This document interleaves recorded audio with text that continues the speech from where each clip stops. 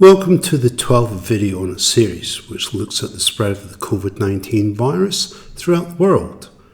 This video will focus on the United States of America. Disasters don't just happen. They're triggered by a chain of critical events. In this video, we analyse the causes and circumstances that ultimately resulted in the United States having the highest COVID-19 cases in the world and the highest death rate in the world. All the information in this video is available in the public domain, but we'll let you arrive at your own conclusions. Could this have been avoided? These next views will establish the various timelines, commencing in January, that led to disaster in the US. On December the 31st last year, the CDC in the US became aware of emerging diseases in China. On January the 1st, the CDC in the US began preparing for briefings for the Department of Health and Human Services. On January the 3rd, the Health and Human Services Secretary shares the China virus report with the National Security Council. On January the 3rd, the director for the CDC is contacted directly by his counterparts in China, who advise him of a mysterious respiratory disease spreading in China. On January the 6th, the CDC in the US contacts the counterparts in China to offer assistance. The Chinese refuse. On January the 6th, the World Health Organization announced a pneumonia of unknown cause in Wuhan, China.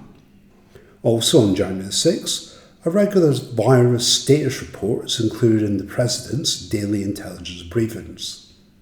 On January the 8th, the CDC in the US issued the first public alert. On January the 14th, conflicting statements from the World Health Organization, who advised there is no evidence of human-to-human transfer, while internally in China, awareness and briefings on human-to-human transfer is taking place. On January the 17th, the CDC in the US commenced passenger screening at LAX, JFK, San Francisco and Chicago, and Atlanta is later added. On January the 20th, the World Health Organization and Chinese officials confirm human-to-human transfer is possible. On January the 20th, the Chinese president issues the first public alert. On January the 20th, the Health and Human Services Secretary briefs the president and is criticised for being alarmist. On January the 21st, the first COVID case is identified in the US. On January the 27th, whilst in Davos, the president is questioned on the COVID virus. So we've done this before. That's right. I think it was a couple of years ago. Before we get started, with we're going to talk about the economy, a lot of other things. The CDC has identified a case of coronavirus in Washington State, the Wuhan strain of this. If you remember SARS, that affected GDP, travel-related effects. Have you been briefed by the CDC? I have. Are there words about a pandemic at this point? No, we're not at all, and we have it totally under control. It's one person coming in from China, and we have it under control. It's going to be just fine. Okay, President Xi, there's just some talk in China that maybe the transparency isn't everything that it's going to be. Do you trust that we're going to know everything we need to know from China? I do. I have a great relationship with President Xi. We just signed probably the biggest deal ever made. Yes. In terms, it certainly has the potential to be the biggest deal ever made, and it was a very interesting period of time. Yeah, let's get into that. We got that. it done, and no, I do. I think the relationship is very, very good. Let's talk.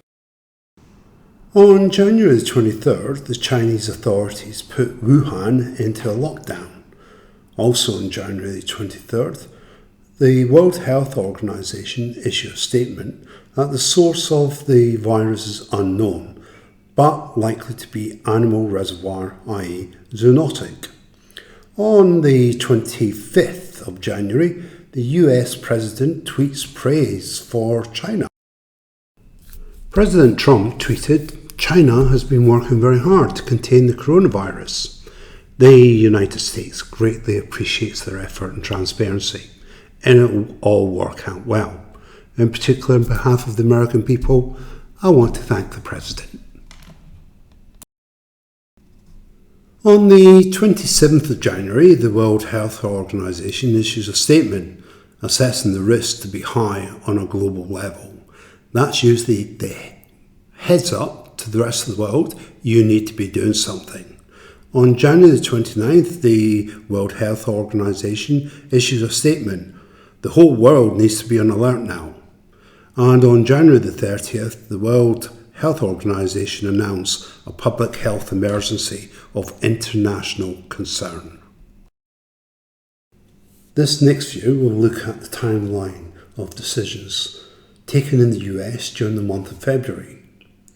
On January the 29th, the White House established the Coronavirus Task Force. On January the 30th, the Health and Human Services Secretary warns President of a possibility of a pandemic. On January the 31st, the US issues travel restrictions for individuals from China and requires a 14-day self-quarantine. Also on January the 31st, the Health and Human Services declares a public health emergency in the US. On February the 6th, the first known death from coronavirus in the US occurs. On February the 20th, the first known case of community transfer occurs in the US. On February the 21st, the US commenced conducting approximately 100 coronavirus tests per day. On February the 24th, the President tweets that coronavirus is very much under control in the US. On February 25th, the President tweets the coronavirus is very much under control in the USA. We are in contact with everyone in all relevant countries. The CDC and the World Health has been working hard and very smart. The stock market is starting to look very good to me. Also on February the 25th, the US CDC briefs stating disruption to everyday life might be severe. On February 26th, Vice President Mike Pence replaces the Health and Human Services Secretary as the Coronavirus Task Force leader. And on the 26th, President tweets, "Pretty good job we've done." This next view will look at decisions taken in the US during the month of March. The first case of COVID-19 in New York City is detected on March the 1st. On March the 2nd, the COVID-19 total in the US passes 100 cases.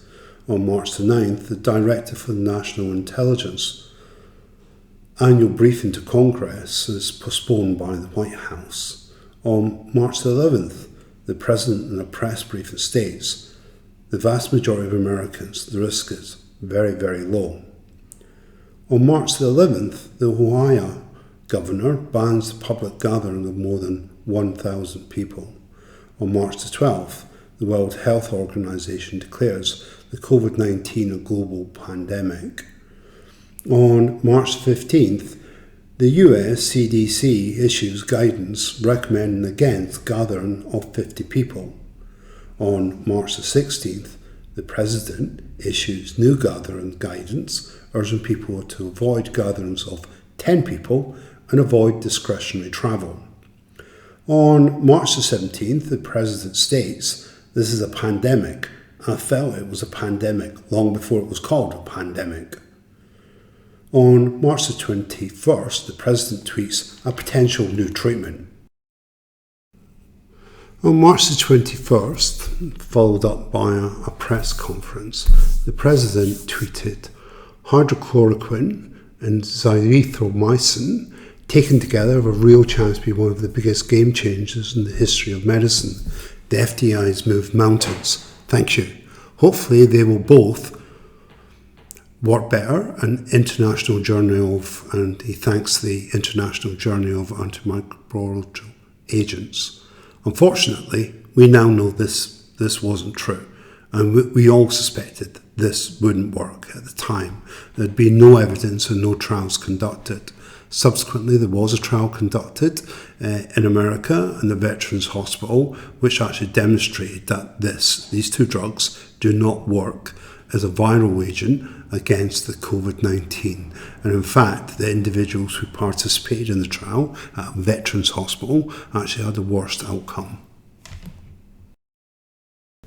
Unsurprisingly, on March the 23rd, the World Health Organization advises using untested medicines without the right evidence, and that it could raise false hopes and do more harm than good.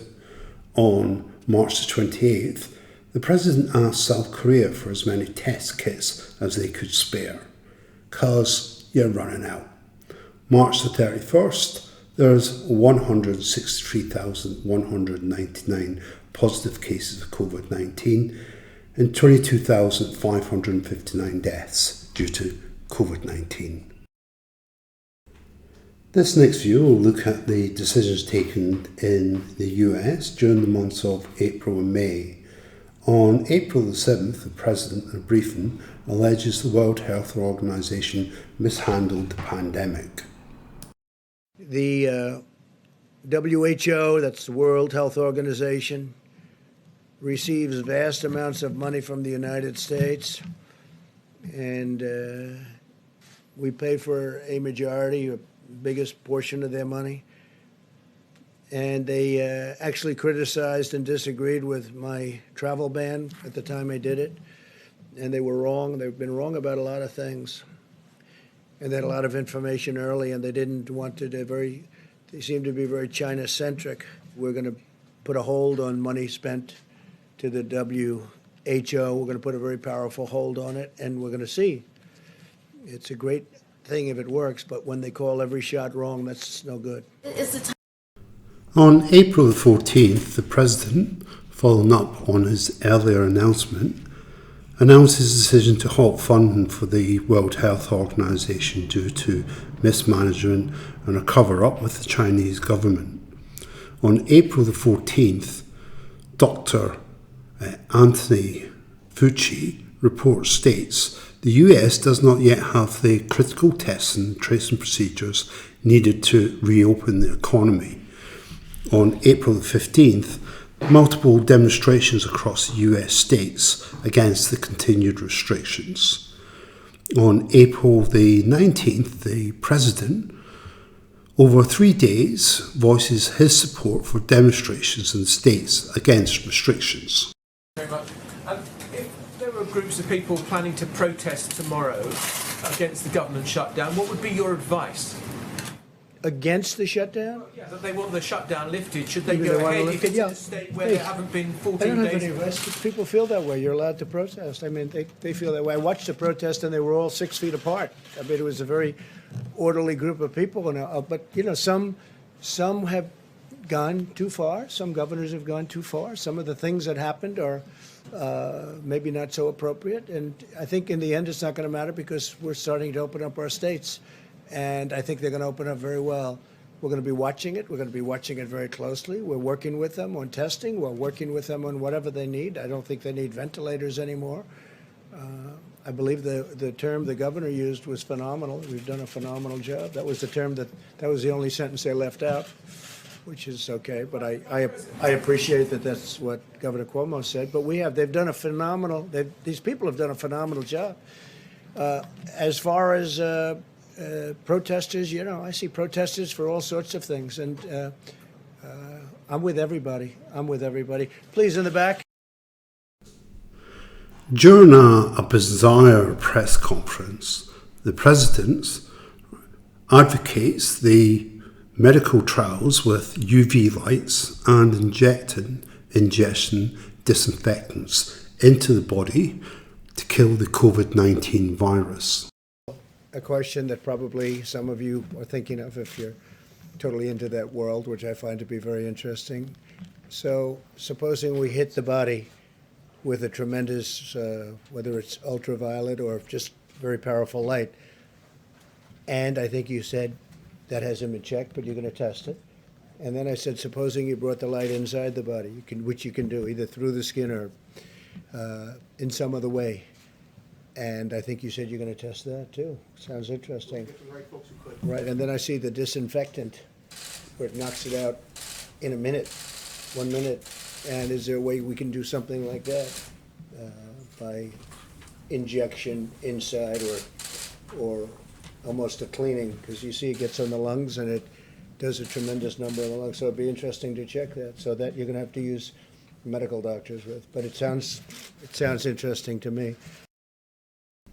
On April 30th, the President, during one of his briefings, states that the COVID-19 virus originated in the Wuhan laboratory of virology.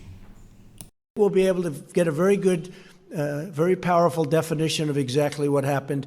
We're working on it strongly now, and I think it's going to be very powerful. But they could have stopped it. They are a very brilliant nation, scientifically and otherwise. It got loose, let's say, and they could have capped it. They could have stopped it, but they didn't. But they stopped planes from going to China, but they didn't stop them from going to the rest of the world. You said a moment ago you will soon have information on where this virus originated. The Director of National Intelligence today put out a statement saying that they believe it was naturally occurring, it was not man-made. But who is that? Who is that that said that? The Office of the Director of National Intelligence. Intelligence. Who in particular? Who was the man that made that statement? It was a statement that the ODNI... Oh, he would know that, huh? National Intelligence. So we'll see. That would be your Director of National Intelligence. No, I think it's, I mean, you'd have to tell me who specifically, who made the statement. The statement was just put out under the Office of the ODNI. Okay, we'll see. I mean, I have to see the statement. I just haven't seen it. But the question I had was, have you seen anything at this point? Because we're looking at that, John, separately from... Correct. But we're looking at exactly where it came from, who it came from, how it happened, separately and also scientifically. So we're going to be able to find it. And my question is, have you seen anything at this point that gives you a high degree of confidence that the Wuhan Institute of Virology was the origin of this virus? Yes, I have. In what may be seen as a rebuttal of the many claims from President Trump about the initial location of the virus being in the Wuhan laboratory, the Office of the US Director of National Intelligence issued a press statement on April 30th, confirming, in their opinion, that the virus was not man-made, nor was it bioengineered. However, they cannot rule out that the laboratory was the source of the virus.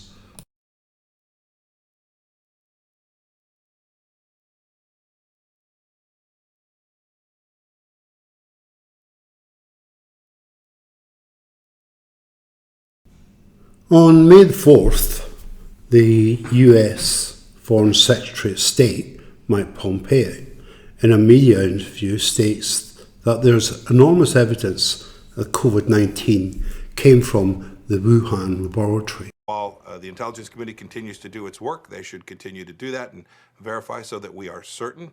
I can tell you that there is a significant amount of evidence that this came from that laboratory in Wuhan.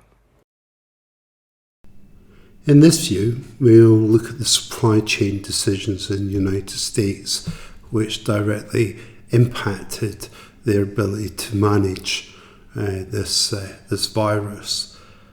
Certainly all countries around the world have had issues with the supply chain. In late January, early February, the Health and Human Services Secretary expressed concern at the shortage of medical PPE and requests an additional $4 billion from Congress. On February the 3rd, the Congress directs the US CDC to commence distributing diagnostic test kits to be processed locally in the States. On February the 6th, the US CDC sent out 90 viral detection kits to the state labs. The kits were faulty and samples had to be sent back to the CDC Atlanta significantly increasing the time for results. On February the 7th, Stanford University develops a test kit based on the World Health Organization protocols, but the FDA discourages the use. On February the 25th, the Human and Health Secretary testifies before the Senate hearing. The Senate concludes the US only has a fraction of the medical supplies it needs to combat coronavirus. On March the 4th, the Health and Human Services announces intent to purchase 500,000 N25 respirators. On March the 12th, they placed that order for N95 respirators, but the supplier can't supply until the end of April. On April the 4th, there's widespread international concern over the tactics being used by the US to divert medical PPE from purchased by other countries to the US. This slide looks at the global viral threats, both in the past and in the future. There's no doubt there's many challenges to mankind, from climate change, food security, water security, energy security. On the left-hand side of the screen is currently a listing of all the pandemics and epidemic diseases that are currently prevalent in society and pose a threat to mankind. Ebola emerged in 1996 and it is still prevalent in Africa today. It emerged in fruit bats and had a mortality rate of 25 to 90%. The SARS was transmission from a horseshoe bat to a civet, 2002 to 2004, and had a mortality rate of 9.6. The H5N1 avian flu first emerged in ducks and then was transferred to birds. It had a 60% mortality rate. The H1N1 swine flu emerged in 2009 to 2010, and its source was pigs in Mexico, which then transferred to human. It had a mortality rate of 3%. MERS, camel flu, it emerged in bats and then transferred to camels. 34.3% mortality rate from 2012 to 2019, and of course COVID-19. Again, horseshoe bats was the original source. How it transferred into humans is unknown, and the mortality rate is unknown as well. The scientific community and the World Health Organization have known for some time that a pandemic is possible and likely and will sweep through the world. What is unknown is when the next one will occur. We don't eradicate these viruses, we treat them with a virus, but we've only ever eradicated one virus, and that's smallpox.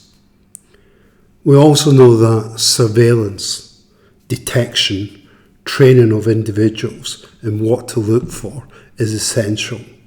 Most of these viruses do occur in Asia, and that's where there's a lot of issues with food security. People will eat native animals. They're not just exotic animals, they're native animals, right? And animals they're a large source, they're a large reservoir for zoonotic diseases belong. But because of the interface between human and humans encroaching on animal habitat and viewing animals as food sources, then that's where we're in trouble. And we will continue to be in trouble unless we address and educate the people. And it's not about shutting down a wet food market. Right? Wet food markets are their staple markets. It's where they go to do their weekly shop. Not all markets are wet markets or sell exotic food, but that's where. So it's ridiculous to focus on these. Focus on the people who trade exotic animals and educate the people not to eat them.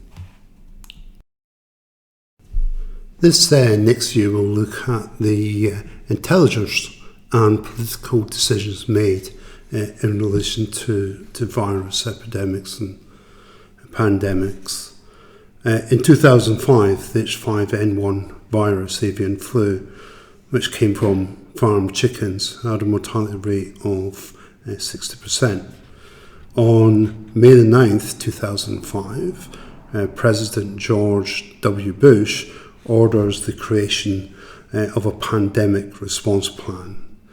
In 2009, on February the 12th, the US Director of National Intelligence, Dennis C. Blair, delivers his annual brief to the US Intelligence Committee.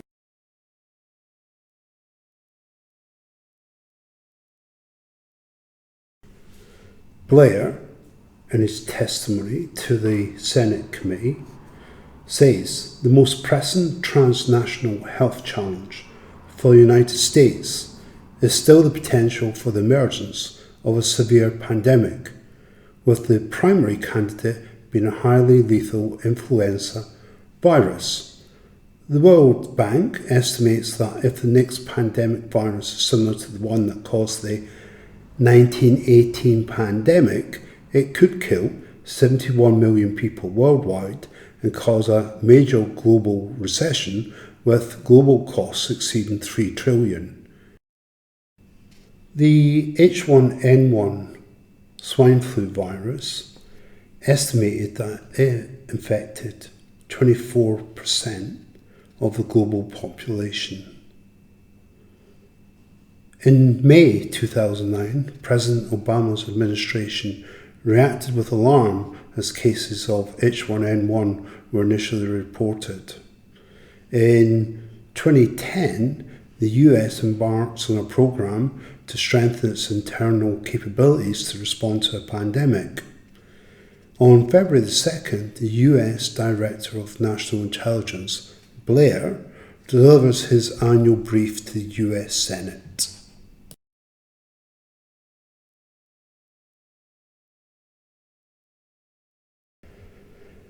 Blair, in 2010, testified to the Senate committee that there was significant gaps remain in disease surveillance and reporting that undermine our ability to confront disease outbreaks overseas or identify contaminated products before they threaten America.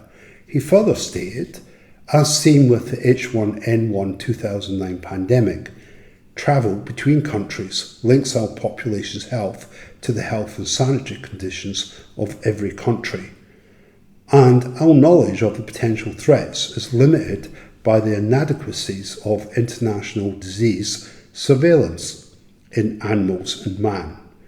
We have warned in the past that surveillance capacity to detect pathogens in humans varies widely between countries. Of equal concern, the lack of consistent surveillance and diagnostic capabilities for disease in animals is a formidable gap, even in developed countries, that undermines the United States' ability to identify, contain, and warn about local outbreaks before they spread. Some 70% of human pathogens originate from animals, yet global surveillance of animals' disease remain chronically underfunded. In November 2010, the Republicans gained majority in the House of Representatives. In 2011, Obama requests additional funding to replace the National Strategic Pandemic Stockpile. This is denied by the Republicans. On March the 12th in 2013, the US Director of National Intelligence, James Clapper, delivers the annual brief to the US Senate.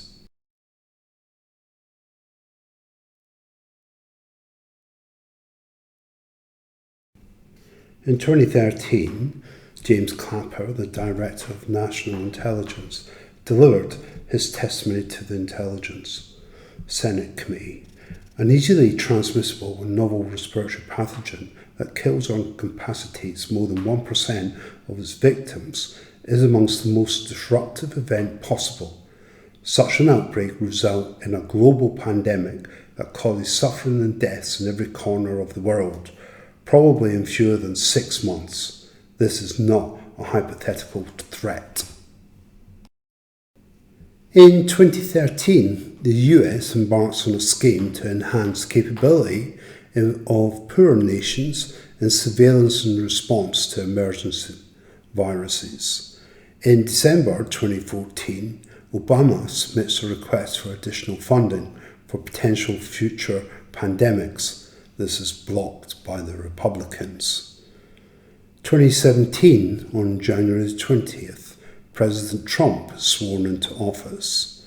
On May 2017, US Director of National Intelligence Dan Coats delivers the annual brief to the US Senate.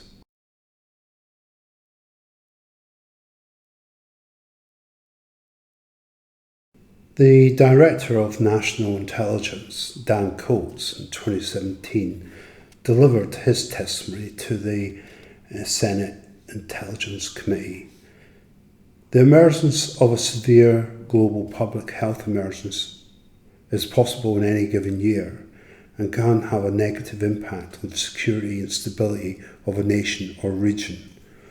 A novel or re-emerging microbe that is easily transmissible between humans and is highly pathogenic remains a major threat because such an organism has the potential to spread rapidly and kill millions. Threats such as avian influenza and Middle East respiratory syndrome coronavirus, MERS, have pandemic potential. The World Bank has estimated that a severe global influenza pandemic could cost the equivalent of 4.8% of global GDP, or more than $3 trillion during the course of an outbreak. On March the 15th, 2018, the US National Security Advisor, John Bolton, decapitates the US Global Biosecurity and Pandemic Response Leadership Team. On May the 8th, President Trump rescinds proposal for R18 War, which removes $252 million in funds for international disaster relief, aimed particularly at pandemics. On January 29th, 2019, US Director of National Intelligence Dan Coats delivers his annual brief to the US Senate.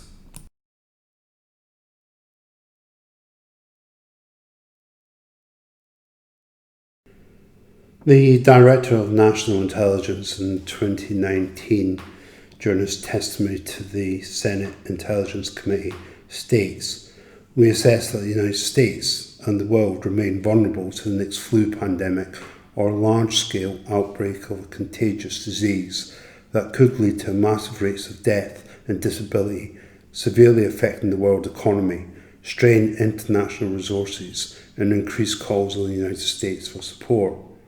He further states, "The growing proximity of humans and animals has increased the risk of disease transmission. The number of outbreaks has increased in part because pathogens originally found in animals have spread to human populations." I do get fairly concerned with the amount of misinformation and disinformation that is currently circulating around this virus, and certainly around the source of the virus and the response to the virus. There's far too much rhetoric, predominantly coming from the US, but yet it doesn't provide any evidence to support its claim.